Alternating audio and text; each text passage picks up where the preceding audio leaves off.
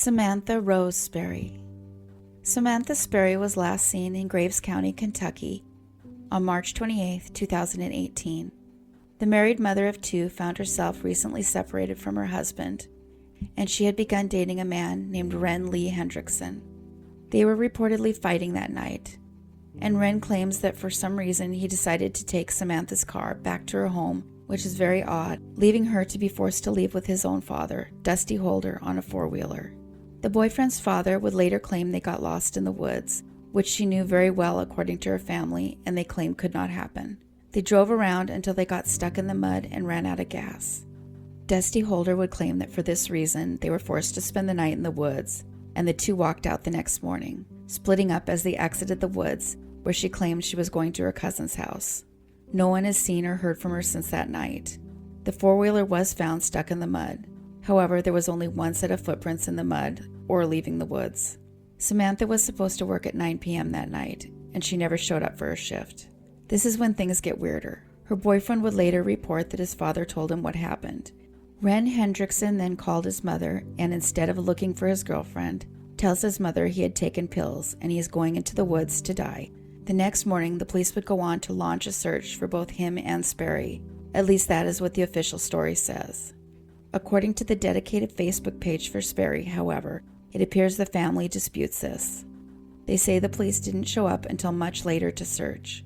It was instead family and friends that were searching for her. At this time, Samantha's car was found abandoned at an intersection on Highway 131 and Dooms Chapel Road. Authorities definitely showed up at some point, as they report they found the father's four-wheeler during a ground search.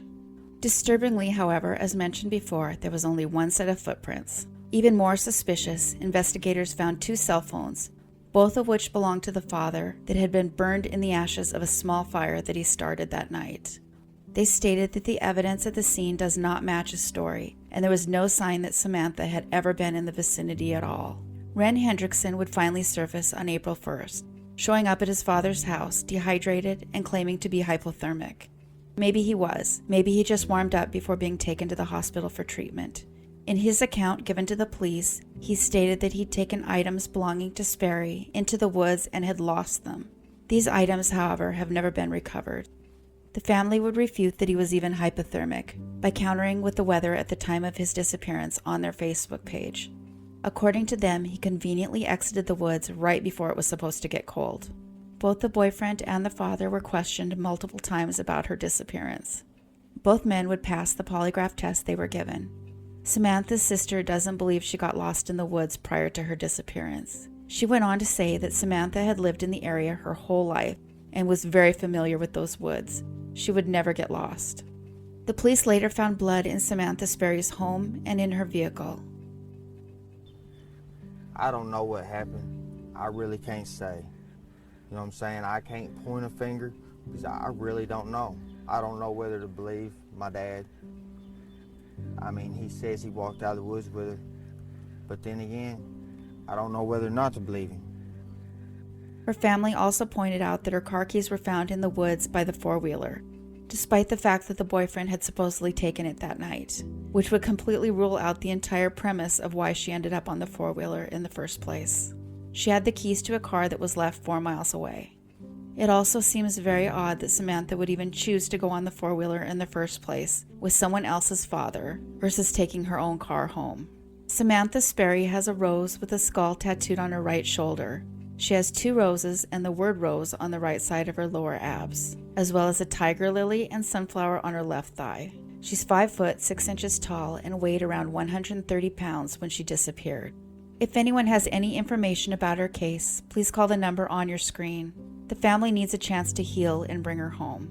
Samantha Sperry has been missing for 3 years. If she's still alive, she would be 28 today.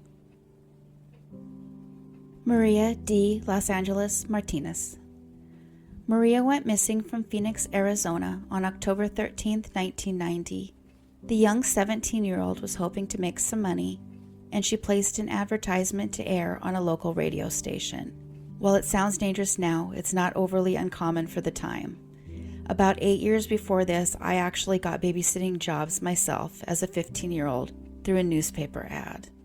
All 3 jobs I got from the ad, however, were super creepy, and one of the men tried to run over my cat when he gave me a ride home. I share this because in this day and age, we see things much clearer than we did maybe in the last few decades. Maria was really excited to get her first job from the ad, and an unidentified male responded and picked Maria up at her family's residence at approximately 10 a.m. that day. It is possible there were no children or some other disturbing situation, because she called her mom only a short time later to ask her mother to give her a ride home. There was no suggestion she was upset when she called. However, the phone disconnected abruptly just as she was about to give the address, and then nothing. No one has seen or heard from her since. Maria has pierced ears, and she has a 4-inch scar on her right forearm and a mole that is located on her nose. Anyone who has any information on this at all, please call the Phoenix Police Department at the number on your screen. I've included the number for Phoenix Crime Stoppers, which also allows for anonymous calls. Maria disappeared 31 years ago. If she's still alive, she would be 48 today. Krista Rae Bowman. Krista left her mother's home in Morongo Valley, California, on March 17, 2017. She was headed out to Colorado to visit her boyfriend, Christopher Star Perfect. This isn't one of those cases where she went missing that day. Instead, there's no question that the couple were together at some point after that time. It's also been suggested the two possibly went on an unexpected road trip. It appears that Krista had moved around this time, and when she left, all of her belongings were still located inside of her vehicle. The couple was in Arizona at one point, but their plan of travel was unclear. She kept in touch with her family over the phone, but only for a month. Her last contact was sent through Facebook on April 15, 2017. Contact was abruptly cut off after this time. Her family thinks they may have been headed to New Mexico or Wyoming. Her last known location was Fort Garland, Colorado. She was driving the same silver Toyota Avalon seen in the photo. Krista's family is concerned for her safety. It's uncharacteristic of her not to be in touch with them, and they don't believe she would have just abandoned her young daughter. There's no indication if she had custody of the child when she went missing, or the reason she would not have the child with her at that time. There seems to be a lot that has been left unsaid, and while she definitely went willingly, it appears she would normally stay in contact with her child. However, her boyfriend, Christopher Perfect, was an ex-con. He was arrested in Wyoming in May of 2017 for a parole violation. Her family knows she was with him when contact fell out, and he claims to not know what happened to her. The case would go cold until a year later, when Krista's vehicle was spotted at the Cruz Alta condominiums in Tahoe, New Mexico.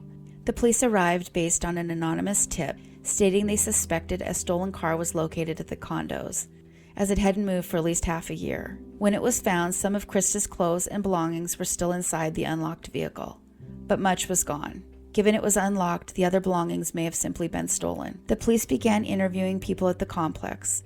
One resident went on to state that he moved in on May 3, 2017, and he remembers it being there that day, which was a month after she last spoke to her family. With consent from the Bowman family, the police searched Krista's car, but found no clues to her location or what happened to her. A missing persons notice listed Krista Bowman as 5'7" and 125 pounds. It's unlikely she disappeared willingly, but that can't be dismissed entirely. If you have any idea at all what happened to her, please call the San Bernardino Sheriff's Department. Krista has been missing for 4 years. If she's alive today, she would be 37 years old. Thank you so much for watching and listening. We have new episodes every Monday and Thursday. If you haven't yet, please take a second to hit the subscribe button. Take care of yourselves and each other.